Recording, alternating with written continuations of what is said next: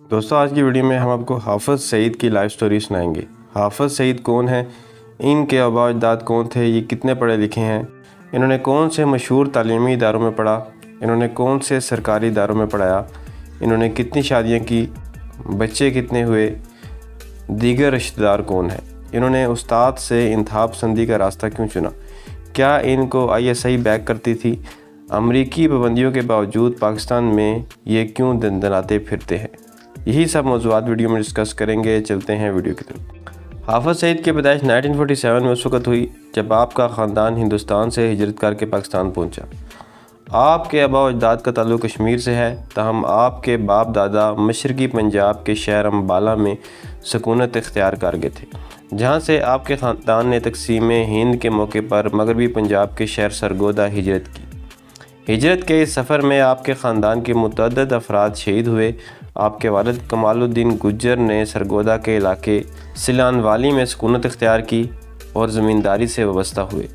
آپ کی والدہ حافظ قرآن اور دیندار خاتون تھی۔ حافظ سعید سمیت تینوں بھائیوں اور 2 بہنوں کو آپ کی والدہ نے 10 سال کی عمر سے قبل ہی حافظ قرآن بنا دیا تھا۔ تعلیم۔ حافظ سعید کا بچپن سرگودا میں گزرا، جہاں آپ نے اپنی والدہ سے قرآن حفظ کیا اور گاؤں کے اسکول سے ابتدائی تعلیم حاصل کی۔ میٹرک کے بعد مزید تعلیم کے لیے اپنے ماموں اور معروف عالم دین پروفیسر حافظ عبداللہ بہاولپوری کے پاس بہاولپور چلے گئے۔ وہاں سے واپسی پر آپ نے سرگودا کالج سے 1968 میں FA کا امتحان پاس کیا، 1970 میں پنجاب یونیورسٹی لاہور سے BA اور 1972 میں پنجاب یونیورسٹی سے ہی اسلامیات میں MA کیا۔ بعد ازاں 1974 میں پنجاب یونیورسٹی سے عربی ادب میں MA کی دوسری ڈگری بھی حاصل کی۔ تدریس اور اعلیٰ تعلیم۔ حافظ سعید نے پنجاب یونیورسٹی سے ماسٹر کرنے کے بعد university of engineering and technology Lahore کے شعبہ اسلامیات میں بطور لیکچرار تدریسی سرگرمیوں کا آغاز کیا۔ بعد ازاں آپ اعلیٰ تعلیم کے لیے سعودی عرب چلے گئے۔ آپ نے کنگ سعود یونیورسٹی سے عربی ادب میں پہلی پوزیشن لی اور گولڈ میڈل حاصل کیا۔ سعودی عرب میں سکونت کے دوران میں آپ نے متعدد علماء کرام کی صحبت پائی اور ان کے شاگرد رہے، جن میں سعودی عرب کے معروف عالم دین شیخ عبدالعزیز بن باز سر فہرست ہے۔ Hafiz Saeed university of engineering and technology Lahore میں 25 سال تک شعبہ تدریس سے وابستہ رہے۔ آپ شعبہ اسلامیات کے سربراہ بھی بنے۔ اس دوران آپ نے متعدد موضوعات پر تحقیقی کام کیا۔ امام البانی کے اعجاز القرآن اور صحابی رسول حضرت ابو ہریرہ رضی اللہ تعالیٰ عنہ کے حالات زندگی پر تحقیقی مقالے لکھے۔ اس کے علاوہ قرآن مجید کی سورہ توبہ اور سورہ یوسف کی تفاسیر بھی تالیف کر چکے ہیں۔ دوران قید آپ نے قرآن مجید کے ترجمے اور تفسیر پر اثر نو کام کیا۔ رمضان 2023 میں تعلیم القرآن کے نام سے آپ کا ترجمہ قرآن شائع ہوا۔ تعلیم القرآن کے نام ہی سے آپ قرآن کی تفسیر بھی لکھ رہے ہیں، جس کی 2 جلدیں منظر عام پر آئی ہیں۔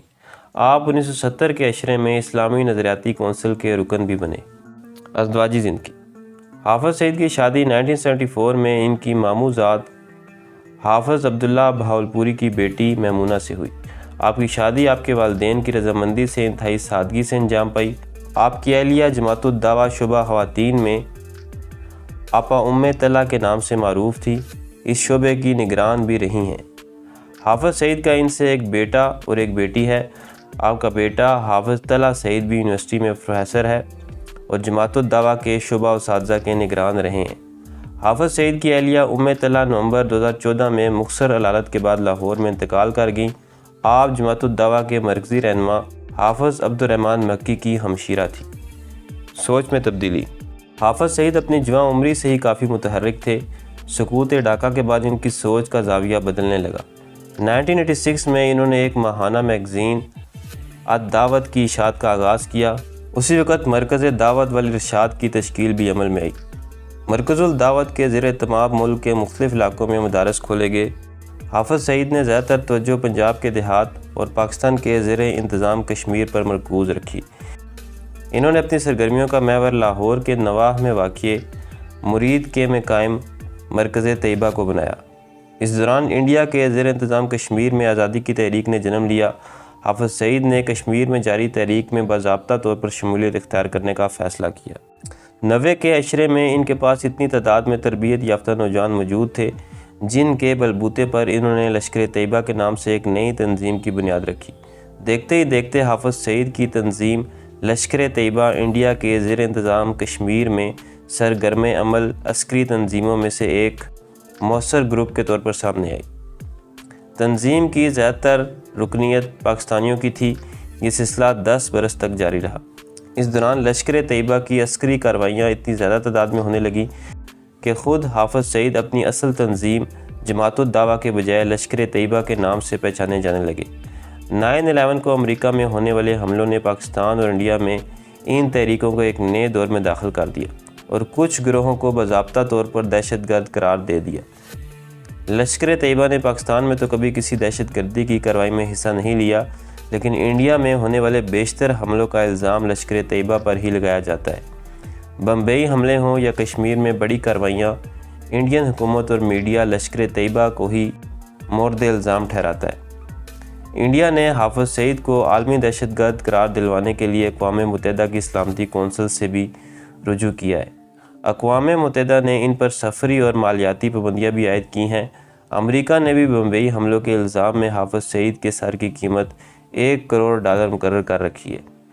نومبر 2001 میں انڈین پارلیمنٹ پر ہونے والے حملوں کے بعد پاکستان سے لشکر طیبہ کی تنظیم ختم کر کے اس کے دفاتر انڈیا کے زیر انتظام کشمیر میں منتقل کر دیے گئے۔ حافظ سعید نے خود کو ایک بار پھر مرکز الدعوت کے کاموں میں مصروف کر لیا، لیکن اس تنظیم کا نام بدل کر جماعت الدعوہ رکھ دیا۔ 2001 سے 2020 تک حافظ سعید کو متعدد مرتبہ حراست میں لیا گیا اور ان کو ان کے گھر یا سرکاری مقامات پر نظر بند کیا گیا۔ وہ ہمیشہ عدالتوں کا رخ کرتے اور انہیں وہاں سے ریلیف مل جاتا۔ 2008 میں جب جماعت الدعوہ پر پابندی لگائی گئی تو فلاح انسانیت نامی تنظیم کی بنیاد رکھی گئی۔ اس تنظیم کے تحت ایمبولینس سروس سمیت پاکستان میں سینکڑوں فلاحی منصوبے چل رہے ہیں۔